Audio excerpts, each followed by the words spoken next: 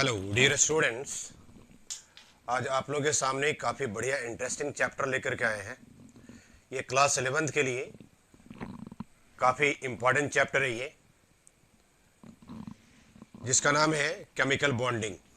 चलो तो आज हम लोग शुरू करते हैं केमिकल बॉन्डिंग।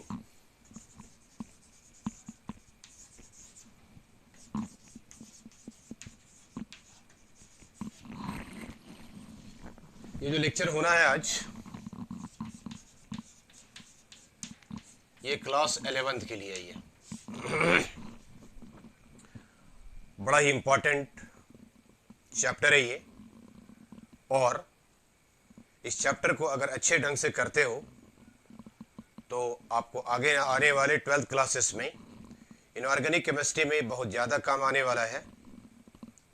मतलब ये कि अगर केमिकल बॉन्डिंग पर अच्छे ढंग से अगर आपकी पकड़ हो जाती है तो इनऑर्गेनिक केमिस्ट्री में 12th क्लासेस में आपकी मेहनत थोड़ी कम जाएगी। चलो, तो मेरा नाम मोहम्मद इब्राहिम और आपका खूबसूरत प्यारा सा channel modern classes Ibrahim sir.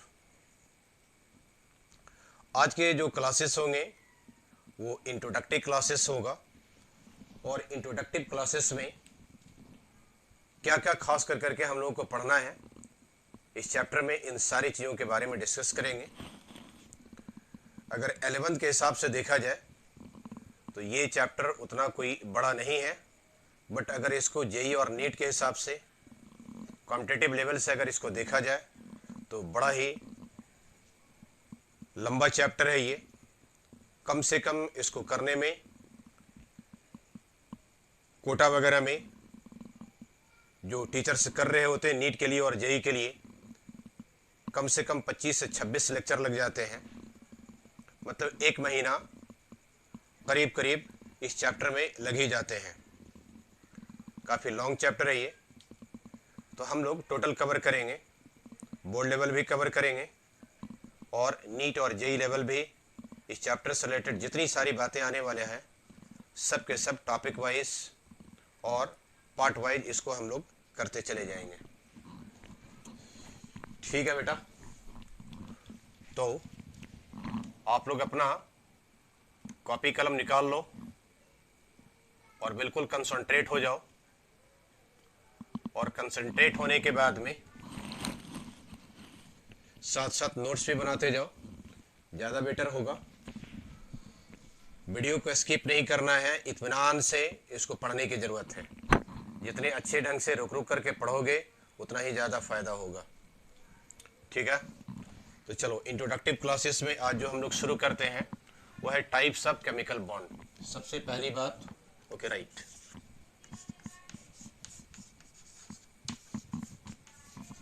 Types of chemical bond. सबसे पहले हम लोग इसके टाइप्स के बारे में जाने। ओके चलो चौक चेंज करते हैं। राइट बेटा,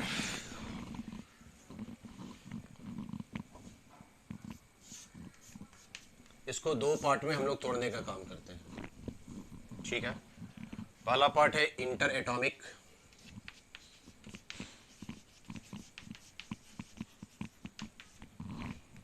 और दूसरा पार्ट है इंटर मॉलिक्यूलर।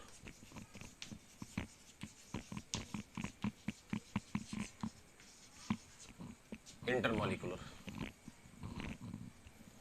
ओके।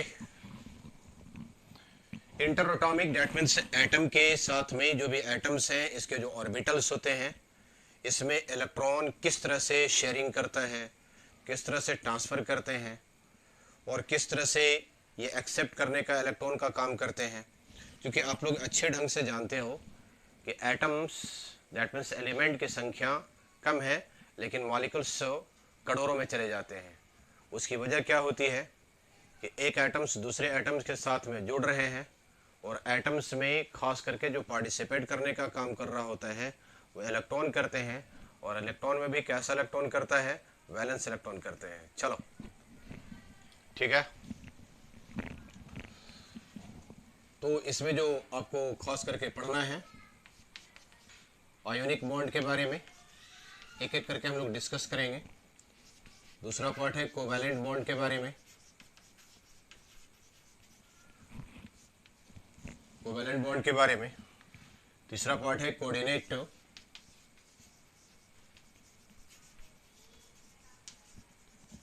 बॉन्ड के बारे में। और नेक्स्ट पार्ट है मेटालिक बॉन्ड के बारे में। एक बात और भी जानो कि ये जो इंटर एटॉमिक होते हैं, इंटर एटॉमिक वाला ये स्ट्रॉन्ग बॉन्ड का फॉर्मेशन करता है, राइट, ठीक है। ये स्ट्रॉन्ग बॉन्ड का फॉर्मेशन करता है, ठीक है। ये वाले जो होते हैं ये वीक बॉन्ड का फॉर्मेशन करता है, ये वीक बॉन्ड का फॉर्मेशन करते हैं। इसमें जितने सारे होते हैं ionic bond, covalent bond, coordinate bond और मेटालिक बॉन्ड। आयोनिक बॉन्ड में क्या होता है, आयोनिक बॉन्ड में डायरेक्ट इलेक्ट्रॉन का ट्रांसफर होता है। मेटल इलेक्ट्रॉन का ट्रांसफर करते हैं और नॉन मेटल इलेक्ट्रॉन को गेन करने का काम करते हैं। कोवैलेंट बॉन्ड में इलेक्ट्रॉन का शेयरिंग होता है और इक्वल शेयरिंग होता है। पहले हम लोग कोवैलेंट को और कोऑर्डिनेट को अलग करके पढ़ते थे, बट आज के डेट में कोवैलेंट को और कोऑर्डिनेट को दोनों को साथ साथ मिला दिया गया लगभग, क्योंकि दोनों में इलेक्ट्रॉन का शेयरिंग होता है। कोवैलेंट वाले में म्यूचुअल शेयरिंग होता है, बराबर का इलेक्ट्रॉन का शेयरिंग होता है, लेकिन कोऑर्डिनेट वाले में अनइक्वल शेयरिंग होता है, बट इलेक्ट्रॉन का शेयरिंग हर हालत में होते हैं। तो लगभग दोनों को मिला करके पढ़ते हैं। मेटालिक बॉन्ड, कोई भी मेटल को ले लिया जाए, जैसे मान लीजिए कि लोहा एक मेटल है, ठीक है। तो आयरन एक मेटल है, मेटल का रॉड है, Fe का रॉड है, ये कॉपर है, ऑरम है, Ag है, कोई भी है। तो मान लीजिए कि इसके जो है सो लोहा का रॉड है, तो इसके बहुत सारे मॉलिक्यूल्स होंगे और एक मॉलिक्यूल्स दूसरे मॉलिक्यूल्स के साथ में चिपका हुआ है, एक मॉलिक्यूल दूसरे मॉलिक्यूल्स के साथ में चिपका हुआ है, ठीक है। इलेक्ट्रॉन और इसके साथ में क्या होगा कि जितने सारे इसके एटम्स हैं, इसमें इलेक्ट्रॉन्स हैं, इसमें इलेक्ट्रॉन है। इलेक्ट्रॉन एक इलेक्ट्रॉन के बीच में एक फोर्सेस काम कर रहे होते हैं और इस फोर्सेस के कारण एक दूसरे के साथ में चिपका हुआ रहता है। दैट मीन्स मेटल के साथ में ही बॉन्ड का फॉर्मेशन हो रहा होता है और ऐसे बॉन्ड को मेटालिक बॉन्ड कहते हैं, ठीक है। इसमें खास करके जानना है वंडर वॉल फोर्स के बारे में, वंडर वॉल फोर्स के बारे में। हाँ, कोई ज़रूरी नहीं है कि हमेशा जो है बॉन्ड का ही फॉर्मेशन हो, मतलब बहुत मरतबा ऐसा होता है कि फोर्सेस से भी काम चलते हैं। जैसे हम लोग आयनिक बॉन्ड की बात करते हैं तो इलेक्ट्रॉन का ट्रांसफ़र करता है मेटल वाले नॉन मेटल के साथ में, तो एक फोर्सेस ही काम कर रहे होते हैं। जैसे एग्जांपल के तौर पर NaCl है, एक मेटल है, दूसरा नॉन मेटल है, तो उस सोडियम क्या करता है, अपने इलेक्ट्रॉन का ट्रांसफ़र करता है, कहाँ, क्लोरीन को, ठीक है। तो इसके बीच में क्या होता है, सिर्फ एक फोर्सेस काम कर रहे होते हैं, किसी तरह का कोई single bond, double bond, triple bond नहीं होता है, राइट, ठीक है। दूसरी बात ये होता है कि आयोनिक का कोई भी इसका डायरेक्शन नहीं होता है।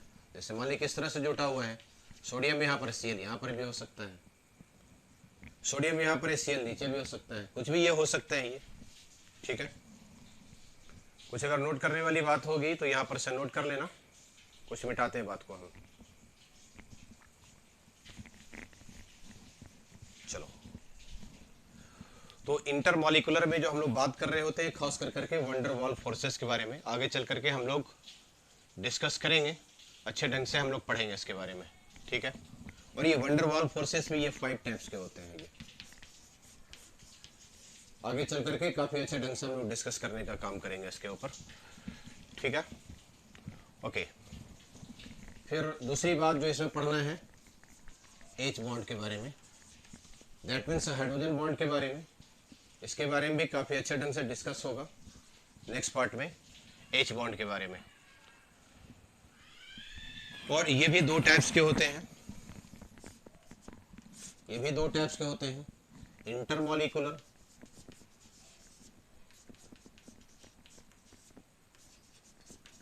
And intramolecular.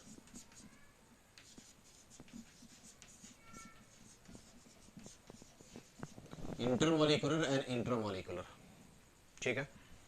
इसके बारे में भी आगे चल करके अच्छे ढंग से डिस्कस होगा, डिस्कशन चलता रहेगा। अभी सर पे हेडिंग बनाते जाओ और क्या क्या पढ़ना है हम लोगों को, खास करके इस चैप्टर में इसके बारे में पढ़ेंगे। ये वाला इतना स्ट्रांग होता है, ये वाला इंटर एटॉमिक इतना स्ट्रांग होता है ये कि 200 से 400 किलो जूल पर मोल इसके बॉन्ड एनर्जी जो होते हैं एक दूसरे के साथ में चिपका हुआ रहता है, जो जुड़े हुए रहते हैं 200 से 400 किलो जूल पर मोल तक के ये जुड़े हुए रहते हैं। ये वाले जो होते हैं इधर, ये वाला जो होता है इंटरमॉलिक्यूलर वाले में 2 से लेकर करके 40 किलो जूल पर मोल तक, 2 से 30-32 भी कुछ किताबों में लिखता है, बट मोटे तौर पर याद रखो 2 से लेकर के 40 किलो जूल तक के इसमें बॉन्ड एनर्जी का ये फॉर्मेशन कर रहा होता है इंटरमॉलिक्यूलर वाले में, ठीक है बेटा। तो इतनी सारी बातें हैं, सबसे पहले उसको नोट करो, उसके बाद फिर आगे डिस्कस करते हैं, right.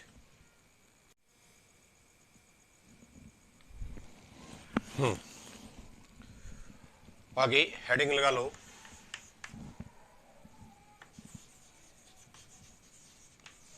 Causes of chemical bonding.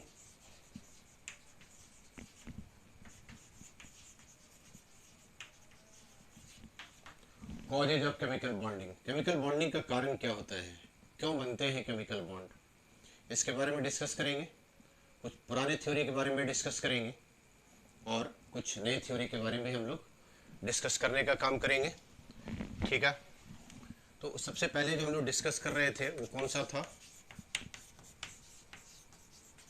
Ionic bond, ठीक है। इस आयोनिक बॉन्ड में फॉर्मेशन जो हो रहे होते हैं, आयोनिक बॉन्ड का फॉर्मेशन, ठीक है, that means lattice energy. Lattice energy किस तरह से एनर्जी रिलीज कर रहे होते हैं जब आयोनिक बॉन्ड का फॉर्मेशन होता है, तो इसके बारे में भी डिस्कस होगा इस चैप्टर में, लैटिस एनर्जी के बारे में, ठीक है। जैसे मान लीजिए कि आयोनिक बॉन्ड का फॉर्मेशन जब ये हुआ, NaCl है, सोडियम क्लोराइड दिया हुआ है, सोडियम अपने इलेक्ट्रॉन को डोनेट करते हैं क्लोरीन को, और एक बीच में इलेक्ट्रोस्टैटिक फोर्स का फॉर्मेशन करता है ये। अभी बात हम लोग ये कर रहे थे कि जरूरी नहीं है कि सब जगह बॉन्ड का ही फॉर्मेशन हो, फोर्सेस भी काम करते हैं, और यहाँ पर जो फोर्सेस काम कर रहे होते हैं इलेक्ट्रोस्टैटिक फोर्सेस, इलेक्ट्रोस्टैटिक फोर्सेस, इसमें डायरेक्शन नहीं होते, no any direction, no any direction, किसी तरह का कोई डायरेक्शन आयोनिक बॉन्ड में नहीं होता है। अपने स्टेबिलिटी को गेन करने के लिए, इनर्ट गैसेस की तरह होने के लिए सारे के सारे मॉलिक्यूल्स वर्क कर रहे होते हैं ताकि ये स्टेबल हो जाए नेचर में, और जितनी स्टेबिलिटी आ जाएगी इससे क्या होगा कि मॉलिक्यूल्स ज़्यादा से ज़्यादा नंबर्स में पाए जाएंगे और एक दूसरे के साथ में कोलैबोरेट नहीं कर पाएंगे, क्योंकि एटम्स एक दूसरे के साथ में कोलैबोरेट करते हैं, बॉन्डिंग का फॉर्मेशन करते हैं, इसका इलेक्ट्रॉन इधर उधर तीतर बीतर रहता है, एक दूसरे के साथ जुड़ने की कोशिश कर रहे होते हैं। जैसे अभी हम लोग बात कर रहे थे, सोडियम यहाँ पर है, मॉलिक्यूल यहाँ पर है, तो किसी भी डायरेक्शन में हो सकते हैं, इसलिए आयोनिक वाले में कोई डायरेक्शन नहीं होता है, नो एनी डायरेक्शन, राइट। तो इसके प्रॉपर्टीज के बारे में भी हम लोग जानेंगे।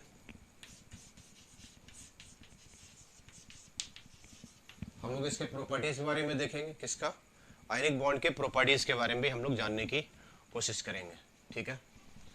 एक बात और आपको ये जानना चाहिए कि आयोनिक बॉन्ड या फिर कोवैलेंट बॉन्ड 100% आयोनिक नहीं होते हैं, उसमें कुछ न कुछ ऐसा होता है कि कोवैलेंट के कैरेक्टर भी उसके अंदर मौजूद रहते हैं।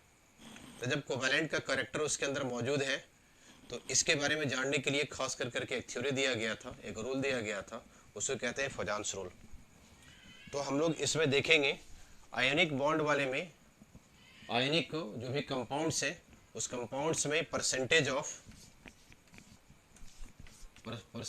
कोवैलेंट कैरेक्टर,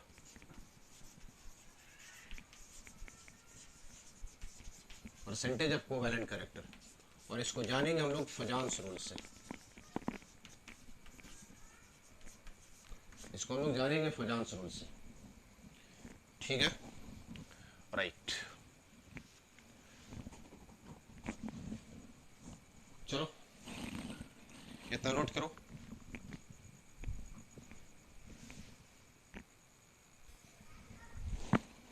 आगे हम लोग देखते हैं कोवैलेंट बॉन्ड के बारे में, ठीक है।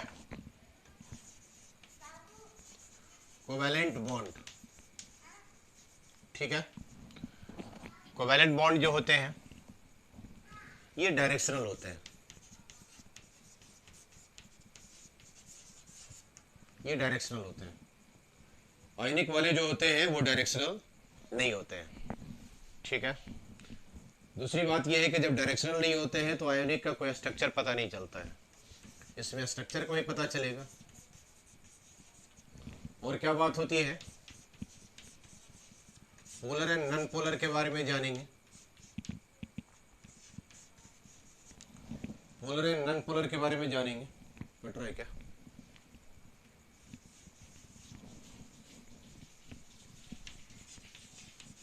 पोलर नॉन पोलर के बारे में जानेंगे हम लोग। मतलब कोवैलेंट वाले में आयोनिक का कितना प्रॉपर्टीज है, अब इसके बारे में फिर हम लोग सीखेंगे। एक एक के बारे में बिल्कुल जो है लॉन्ग से डिस्कशन होगा, इसको हम लोग करते जाएंगे।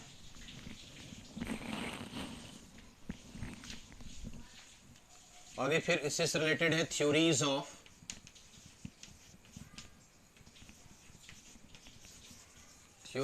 Covalent bond. क्या थ्योरीज ऑफ कोवैलेंट बॉन्ड का है? कोवैलेंट बॉन्ड की पूरी जानकारी लेने के लिए फिर अलग अलग जो है सो टॉपिक से इसका थ्योरी दिया गया है, जिसमें पहली बात हम लोग डिस्कस करेंगे VBT के बारे में, वैलेंस बॉन्ड थ्योरी के बारे में। फिर हम लोग डिस्कस करेंगे VSEPR के बारे में, valence shell electron pair repulsion के बारे में हम लोग डिस्कस करेंगे। अच्छा क्लास चलेगा और एक लेक्चर ही इसके ऊपर हो जाएंगे। उसी तरह से VBT के ऊपर भी एक लेक्चर हो जाएंगे, इसके ऊपर भी डिस्कस करेंगे हम लोग। फिर हम लोग डिस्कस करेंगे MOT के बारे में, MOT के बारे में हम लोग डिस्कस करेंगे। मॉलिक्यूलर ऑर्बिटल थ्योरी के बारे में, जिस तरह से एटम में ऑर्बिटल्स के बीच में फोर्सेस और बॉन्ड काम कर रहे होते हैं, उसी तरह से मॉलिक्यूल्स के बीच में भी आया। कितने सारे मॉलिक्यूल्स होते हैं और ये किस तरह से ये बॉन्ड का फॉर्मेशन कर रहे होते हैं, सिग्मा बॉन्ड, पाई बॉन्ड, फिर इसके बारे में भी हम लोग जानने की कोशिश करेंगे, राइट। तो मॉलिक्यूलर ऑर्बिटल थ्योरी के बारे में डिस्कस किया जाएगा, ओके। फिर इसी तरह से हाइब्रिडाइजेशन के बारे में, बड़ा ही इंपॉर्टेंट, प्रसंकरण, हिंदी में इसको बोलते हैं प्रसंकरण बोलते हैं। इसके बारे में एक बढ़िया लेक्चर होगा और हम लोग डिटेल से पढ़ने का काम करेंगे, ठीक है बेटा। चलो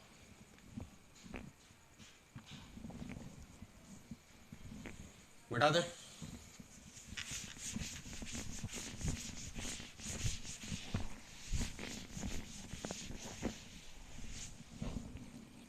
हम लोग ये बात करते थे causes of chemical bond, bond क्यों बनते हैं, दैट मीन्स बॉन्ड क्यों बनते हैं, बॉन्ड क्यों बनते हैं, अपनी स्टेबिलिटी को गेन करने के लिए, टू गेन द स्टेबिलिटी।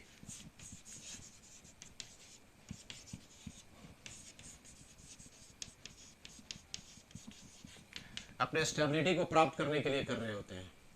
कोई भी एटम मॉलिक्यूल्स के तरफ में कॉम्बिनेशन इसलिए कर रहा होता है कि स्टेबिलिटी को गेन कर ले और ये स्थिर हो जाए। ठीक है, राइट। तो सबसे बड़ा काम है, कुछ पुराना रूल जो दिया गया है, टू अचीव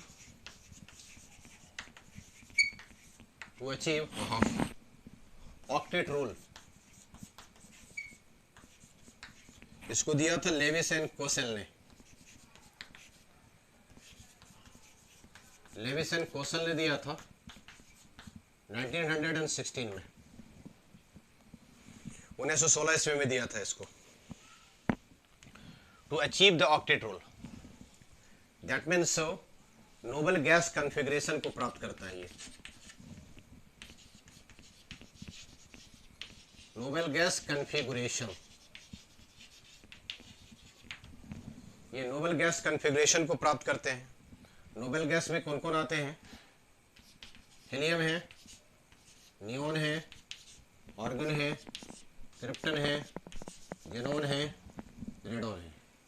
ठीक है, हीलियम का एटॉमिक नंबर 2, नियोन का 10, ऑर्गन का 18, क्रिप्टन का 36, जेनॉन का 54 और रेडॉन का 86। ठीक है, क्लियर दिख रहा है? ओके, सबके लास्ट में निकालोगे, चूंकि इसके बारे में डिस्कस हो चुका है एटॉमिक स्ट्रक्चर में। इसके जो वैलेंस सेल का जो इलेक्ट्रॉनिक कॉन्फ़िगरेशन आते हैं वो आता है NS2 NP6। That in last में 2 और 6 ये 8 इलेक्ट्रॉन को पूरा कर रहे होते हैं। 8 इलेक्ट्रॉन जिसके लास्ट में हो जाता है वो स्टेबल हो जाते हैं, इसीलिए इसको नोबल गैसेस कहते हैं। इस नोबल गैसेस को इनर्ट गैसेस भी कहते हैं। लेकिन अभी की थ्योरी से मॉडर्न केमिस्ट्री में जेनॉन एक ऐसा एलिमेंट है जो ऑक्सीजन के साथ में, फ्लोरीन के साथ में, दैट मीन्स इसका कंपाउंड बनाना शुरू कर दिया है। ठीक है, आगे चल करके पढ़ोगे इसके बारे में। इसलिए अभी ये नोबल गैसेस है, और कोई भी एटम क्या होता है, नोबल गैसेस के तरह अपने स्टेबिलिटी को गेन करना चाहता है, लास्ट में 8 इलेक्ट्रॉन को प्राप्त करना चाहता है। हालांकि ये नियम भी आगे चल करके फेल हो जाते हैं, सभी जगह ऑक्टेट रूल काम नहीं कर रहा होता है। कहीं पर लिमिटेशन भी होता है तो कहीं पर एक्सेसिटी भी होता है, इलेक्ट्रॉन की अधिकता भी हो जाता है सेंट्रल आइटम के ऊपर। ठीक है, इलेक्ट्रॉन की कमी भी हो जाती है। तो ये ऑक्टेट रूल है, ये जिसको दिया था लेविस कोसेल ने, और कंपाउंड के फॉर्मेशन में वैलेंस सेल से अपने लास्ट में 8 इलेक्ट्रॉन को प्राप्त करना चाहते हैं। ठीक है बेटा, चलो। लेकिन एक्चुअल में मॉडर्न थ्योरी थोड़ा सा इससे हट कर करके है। मिटाते हैं इसको।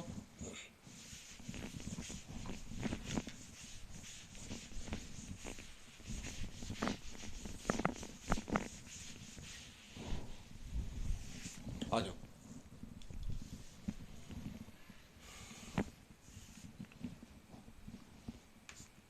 बॉन्ड फॉर्मेशन के लिए क्या होता है, to lower potential energy of the system. जो भी सिस्टम का फॉर्मेशन कर रहा है वो सिस्टम का पोटेंशियल उसका कम होना चाहता है, कम होना।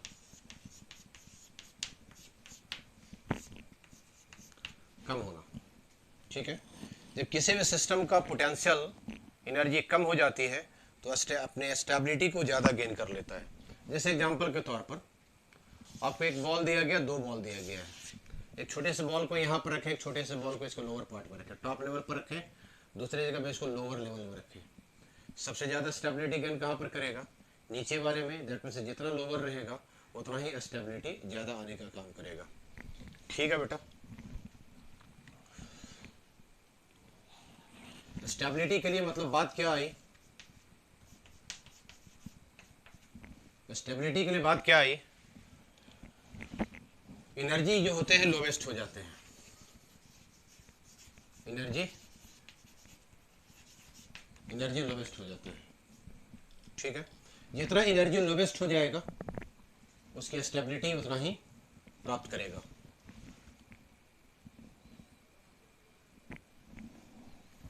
और भी एग्जांपल से समझो, बताते हैं इसको।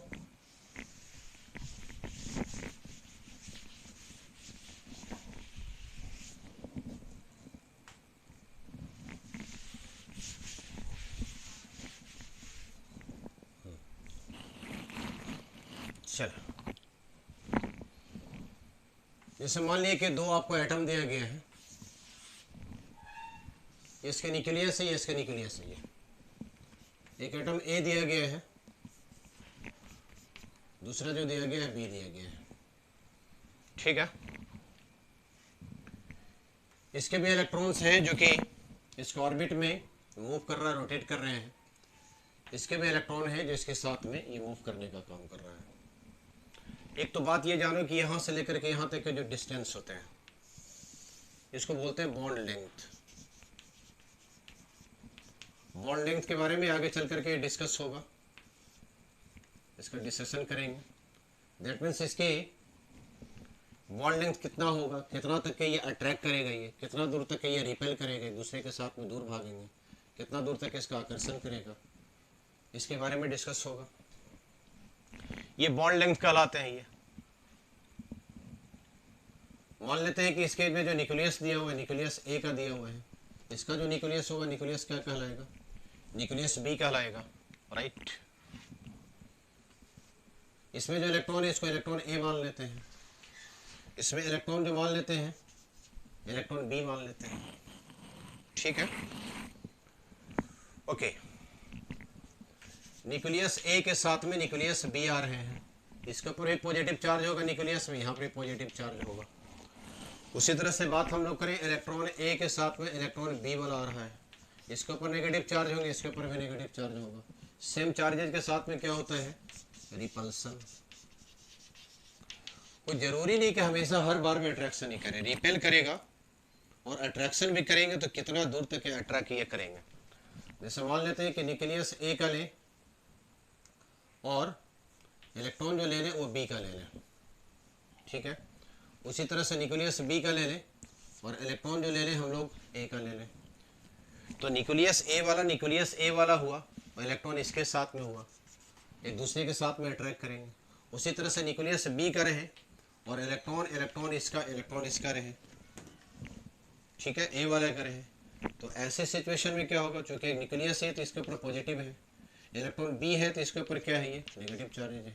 न्यूक्लियस बी है तो इसके ऊपर पॉजिटिव है, इलेक्ट्रॉन ए है तो इसके ऊपर क्या है, नेगेटिव चार्जेज है। इस सिचुएशन में क्या करेगा, अट्रैक्शन करेंगे ये, ठीक है। कितना दूर तक के कोई भी एटम अट्रैक्ट कर सकता है, ठीक है। इसके बारे में भी आगे चल करके डिस्कस करेंगे। यहां से यहां तक की दूरी को भी बात की हम लोग, इसको बॉन्ड लेंथ कहते हैं, ठीक, राइट। चलो नोट करो, एक बड़ा ही अच्छा ग्राफ आपके सिलेबस में दिया हुआ है और इसके बारे में जानना चाहिए।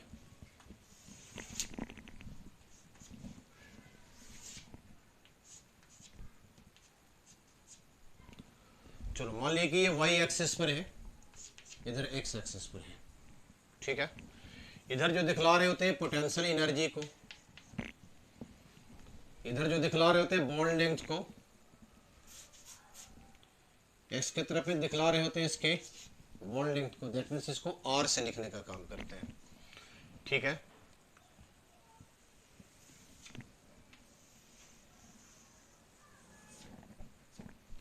एक ग्राफ इस तरह से ऐसे करके दिया हुआ है, ये पोटेंशियल एनर्जी है।